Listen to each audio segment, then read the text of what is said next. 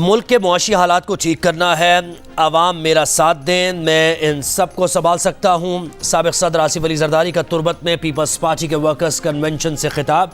कहा, बिलावल मुल्क का मुस्तकबिल है, हमें लोगों को संभालना है, आने वाली नस्लों का मुस्तकबिल बेहतर बनाना है। आसिफ जरदारी ने कहा कि हुकूमत में आकर बलोचिस्तान के तमाम मसाइल हल करेंगे। पाकिस्तान बलोचिस्तान के जोर पर चलेगा। आरटीएस बिठाकर ऐसी हुकूमत लाई गई जो एक मोटरवे भी ना बना सकी। कराची में दहशतगर्दी नून लीग ने ख़त्म की, अमन नून लीग ने कायम किया। वोट की बारी आई तो कहीं और चला गया। नून लीग के कायद नवाज शरीफ ने सवाल उठा दिया। पार्लिमानी बोर्ड के इजलास के बाद खिताब में कहा, चित्राल में अरबों रुपए की टनल नून लीग ने बनाई और वोट किसी और को पड़ गया। कराची और चित्राल वालों से सवाल करेंगे। कहा, किसी को पूछना चाहिए था कि सुबह का वज़ीर आज़म शाम को हाईजैकर कैसे बन गया। उन्हें हटाने का मकसद एक सेलेक्टेड को लाना था।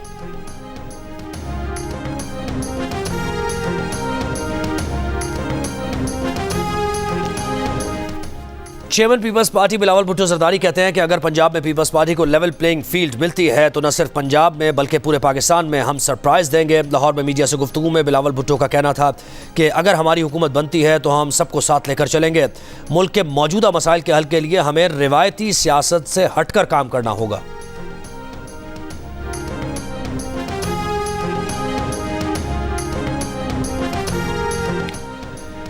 पीटीआई इंट्रा पार्टी इलेक्शन से कबल पार्टी चीफ इलेक्शन कमिश्नर तैनाती में पार्टी आइन फॉलो नहीं किया। पीटीआई के वकील अली जफर ने इलेक्शन कमीशन में दौरान समाअत एतराफ़ कर लिया। कहा, पार्टी के चीफ इलेक्शन कमिश्नर की तैनाती के लिए 6 हफ्ते का वक्त होता है। इलेक्शन कमीशन ने 20 दिन में इलेक्शन कराने का हुक्म दिया, इसलिए तरीक़ाकार फॉलो नहीं हो सकता था। इलेक्शन कमीशन ने सवाल किया, आप कह रहे हैं कि ये नज़रिया ज़रूरत के तहत हुआ, ऐलान से कोई चेयरमैन बन सकता है। उबूरी दौर में कौन चेयरमैन थे? अली जफर ने कहा, उबूरी दौर में कानून के तहत पुराने चेयरमैन ही रहेंगे।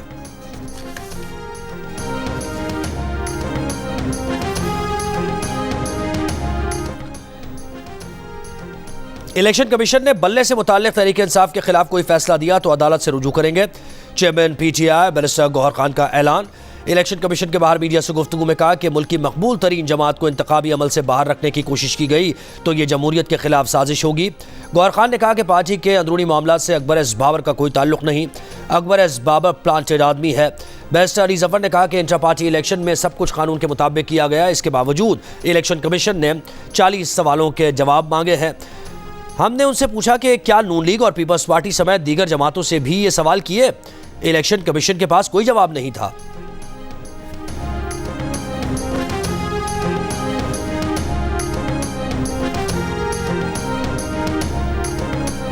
अगस्त 2021 में कम से कम 16 अफगान शहरियों ने पाकिस्तान में खुदकुश हमले किए। जब भी अफगान हुकूमत से सिक्योरिटी मसाइल पर बात की तो जवाब मिला कि अपने मामला दुरुस्त करें। पाकिस्तान ने फैसला कर लिया है कि हम अपने मामला दुरुस्त करेंगे। निगरान वज़ीर आज़म की बरतानवी अखबार में खुसूसी तहरीर। लिखा कि पाकिस्तान में गुज़श्ता दिहाइयों में आयरलैंड की आबादी के बराबर तारकीन वतन आ चुके हैं। हमने फराग दिली से तारकीन वतन की इतनी बड़ी तादाद को संभाला। बहुत से गैर कानूनी लोग ब्लैक मार्केट में काम करते हैं, टैक्स नहीं देते। ये लोग अंडरवर्ल्ड के इस्तेहसाल का शिकार भी हैं।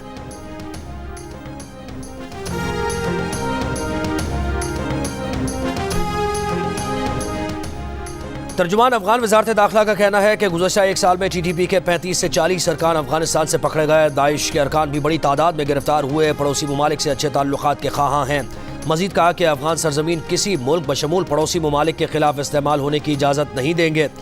तर्जुमान अफगान वजारत दाखिला ने दावा किया कि आज अफगानिस्तान में कोई ग्रुप फ़ाल नहीं। मुल्क की सलामती को नुकसान पहुँचाने वाले की निशानदेही करके गिरफ्तार किया जाएगा।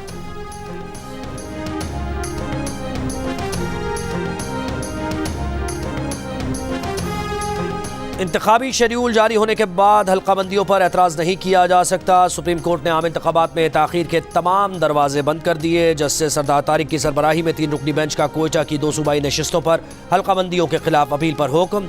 बलूचिस्तान हाईकोर्ट का फैसला कल आदम करार। इलेक्शन कमीशन की अपील मंजूर। बलूचिस्तान हाईकोर्ट ने इलेक्शन कमीशन की हल्काबंदी तब्दील की थी।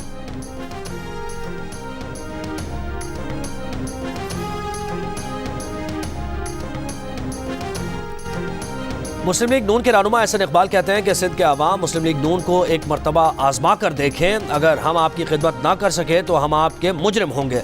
नून लीग अपनी कारकर्दगी की वजह से इलेक्शन में बहुत पुरएतमाद है। मनफी सियासत वही करता है जिसका दामन खाली होता है। जिसने आवाम की खिदमत की हो वो मनफी सियासत नहीं करता। लाहौर में गुफ्तगू करते हुए एहसन इकबाल का कहना था कि हमें अपना प्रोग्राम आवाम को बताने के लिए किसी की पगड़ी उछालने की जरूरत नहीं है। सिंध में MQM, GDA, JUI के साथ बातचीत चल रही है। जिस हल्के में जिसका बेहतर उम्मीदवार होगा सब उसकी हिमायत करेंगे।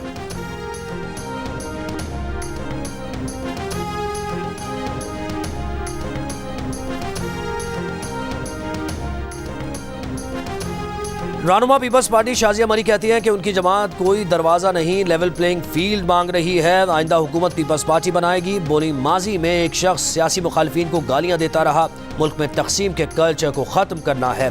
पीपल्स पार्टी में वक्त गुजारने वाले लतीफ़ खोसा अब दूसरी जमात में गए हैं तो उनकी मर्जी। पार्टी के दरवाजे हर सियासी वर्कर के लिए खुले हैं।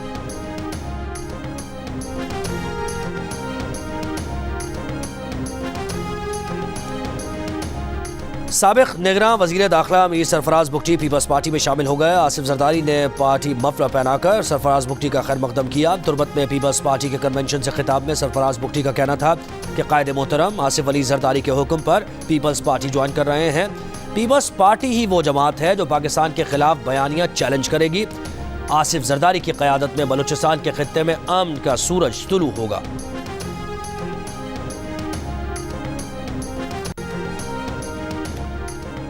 अवामी नेशनल पार्टी के वफ्द की JUIF के मुफ्ती महमूद मरकज अहमद, मौलाना अताउर रहमान और दीगर रहनुमाओं से मुलाकात के बाद मीडिया से गुफ्तगू में NP के सूबाई सदर एमल वली खान ने कहा कि ये इंतखाबी इत्तेहाद का वक्त है। हर जमात अपना फ़ायदा देकर फैसला करेगी। बोले PTI का बयानिया आर्जी तौर पर तक़वियत पाएगा।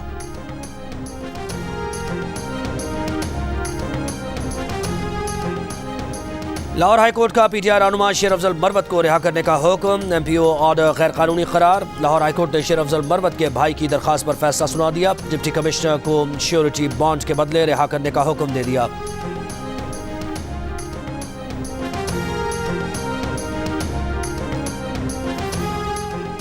PTI रहनुमा हामिद खान कहते हैं कि निगरान हुकूमतें गैर कानूनी और गैर आईनी हैं। निगरान हुकूमत को सुप्रीम कोर्ट के फैसले पर अपील दायर करने का कोई हक नहीं। लाहौर हाई कोर्ट के बाहर मीडिया से गुफ्तगू में हामिद खान का मजीद कहना था कि वकला का मौक़िफ़ है कि फौजी अदालतें सिविलियंस का ट्रायल नहीं कर सकती।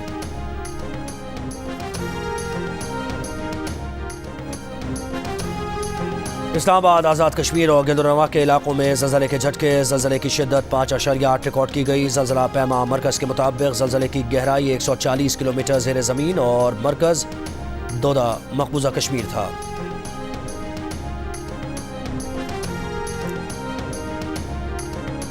और कराची में कुतुब मेले का आज आखिरी दिन। बड़ी तादाद में तलबा और शहरियों की शिरकत। अपनी पसंद की किताबों की खरीदारी जारी।